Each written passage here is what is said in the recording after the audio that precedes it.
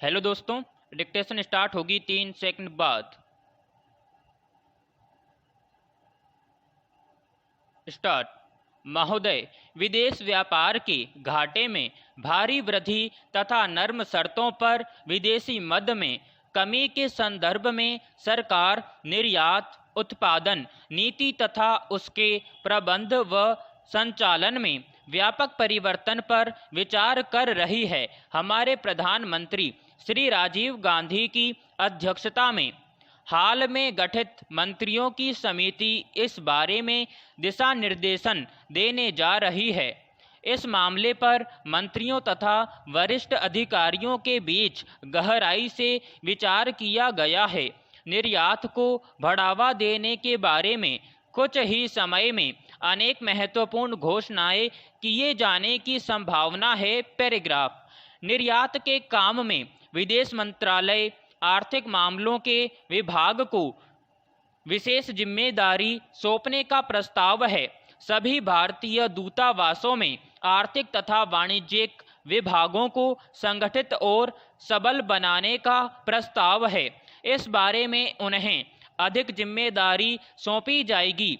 मेरा सुझाव है कि उत्पादन से संबंधित विभागों को उद्योग मंत्रालय में शामिल किया जाए तथा वाणिज्य मंत्रालय का कुछ काम विदेश मंत्रालय के आर्थिक मामलों के विभाग को सौंपा जाए। अभी तो सुनने में आ रहा है कि वाणिज्य मंत्रालय का पुनर्गठन किया जा रहा है। उसके पुनर्गठन के बाद उसका स्वरूप क्या होगा, अभी कहना कठिन है। पैराग्राफ। औद्योगिक सूत्रों के अनुसार आयात निर्यात नीति में भी कुछ महत्वपूर्ण परिवर्तन पर विचार किया जा रहा है। हालांकि पिछले वर्ष सरकार ने 3 वर्ष की विदेश व्यापार नीति की घोषणा की थी। आर्थिक और कर नीतियों में परिवर्तन के बाद उद्योग व व्यापार ने विदेश व्यापार नीति को भी अधिक लचीला बनाने का सुझाव दिया है, जिससे निर्यात की प्रक्रिया सरल और व्यवहारिक बन सके। इस बारे में कंट्रोल में कुछ ढील देने का सुझाव भी दिया गया है, जो स्वागत योग्य है। मेरा सुझाव है कि निर्यात संगठनों को उनके कामकाज में अधिक सुविधा तथा नियमों में अधिक से अधिक छूट दी जाए। पैराग्राफ। भारत का निर्यात दुनिया के हर हिस्से में बढ़ा है, तो भी अब उसमें उचित वृद्धि नहीं हो पा रही है। रिजर्व बैंक की यह सलाह भी बहुत अच्छी है कि निर्यात करने वाले माल को किस्म तथा कीमतों के मामले में अधिक प्रतियोगी बनाया जाए। पश्चिम यूरोप तथा अमेरिका में भारत के निर्यात की संभावनाएं बहुत बढ़ गई हैं, किंतु हम इसका पूरा लाभ नहीं उठा पा रहे हैं। पश्चिम यूरोप तथा अमेरिका में निर्यात बढ़ने से विदेशी मुद्रा की आय में तेजी से वृद्धि हो सकती है। सरकार आधुनिक तकनीक तथा संयंत्र के आयात के लिए अनेक तरह की छूट की घोषणाएं कर चुकी हैं। निर्यात क्षेत्र को कच्चा माल अंतर्राष्ट्रीय कीमत पर उपलब्ध कराने की घोषणा की जा चुकी है, तो भी निर्यात में अपेक्षित वृद्धि नहीं हो पाई है। इससे सरकार चिंतित है। विश्व बैंक ने भी भारत की अर्थव्यवस्था के बारे में अपनी रिपोर्ट में निर्यात संवर्धन की ओर विशेष तौर से ध्यान देने पर बल दिया है। मेरे विचार में भारत के लिए अब अनिवार्य हो गया है कि वह आयात के लिए विदेशी मदद से अधिक निर्यात पर अपनी निर्भरता बढ़ाए, ताकि अधिक से अधिक विदेशी मुद्रा अर्जित की जा सके। पैराग्राफ। महोदय, आज स्थिति यह है कि एक और हिंदी देश की राष्ट्रभाषा है।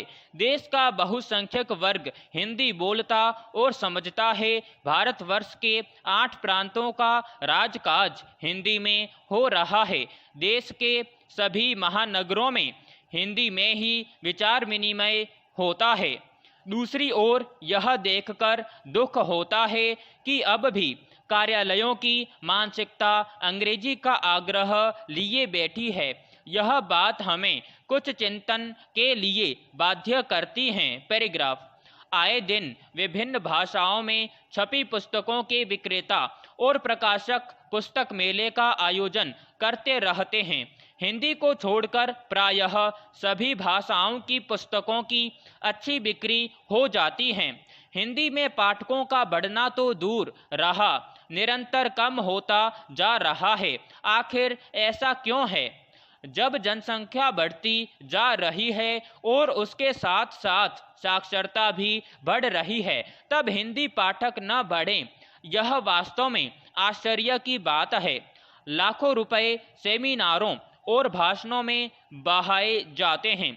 वस्तुतः अगर पैनी दृष्टि से देखा जाए तो यह मानना पड़ेगा कि इस स्थिति के लिए स्वयं प्रकाशक ही दोषी हैं। हिंदी का पाठक यह चाहता है कि उसे पुस्तकें सस्ते दामों पर उपलब्ध हों, जैसा कि दूसरी भाषाओं के सस्ते संस्करण निकलते हैं। हिंदी में अच्छे अच्छे लेखकों और साहित्यकारों की प्रसिद्ध पुस्तकों के सस्ते संस्करण निकालने की हमने कभी भी कोशिश नहीं की। हिंदी में जितनी भी ग्रंथावलियाँ निकाली जाती हैं, उनके दाम इतने अधिक रखे जाते हैं कि साधारण पाठक उसको खरीद नहीं सकता। ऐसा लगता है कि हिंदी की पुस्तकों का प्रकाशन हिंदी पाठकों को दृष्टि में रखकर नहीं किया जाता। इनका प्रकाशन किया जाता है केवल सरकारी खरीद के लिए। जहां उद्देश्य ही सरकार पर आश्रित रहना हो, वहां पाठकों की कौन परवाह करेगा और परवाह करने की जरूरत भी क्या है। आज यही स्थिति हिंदी में प्रकाशित ग्रंथावलियों की है। पैराग्राफ। इस माहौल में पाठक यदि निरंतर घटते रहे तो आश्चर्य क्या। शुरू में जब चाय का आविष्कार हुआ था, तब लोगों को चाय के बारे में पता तक न था। इस स्थिति में चाय के वितरक पहले मुफ्त में चाय पिलाते थे, केवल चाय की रुचि पैदा करने के लिए, क्योंकि वे समझते थे कि जब रुचि पैदा हो जाएगी तो वे चाय खरीदकर भी पिएंगे। और यही हुआ। उनकी यह दूरदर्शिता काम कर गई और आज चाय का प्रचलन जोरों पर है। यही बात पाठकों पर भी लागू होती है। अगर पाठकों को पढ़ने की रुचि निरंतर बढ़ती रहेगी, लेकिन वस्तु स्थिति यह है कि आज हिंदी प्रकाशक का ध्यान सबसे पहले अधिक से अधिक मुनाफा कमाने की ओर जाता है। दूसरी ओर प्रकाशक को पाठकों की जेब का अंदाजा बिल्कुल नहीं, या फिर अगर इस बात का अंदाजा है तो उसकी परवाह नहीं है। सरकारी अनुदान की किस प्रकार सरकारी अनुदान प्राप्त किया जाए और उसका उपयोग नहीं वरन उपभोग किया जाए, यही कारण है कि आज ऐसे अनुदानों के विरोध में आवाज उठने लगी है। विराम समाप्त।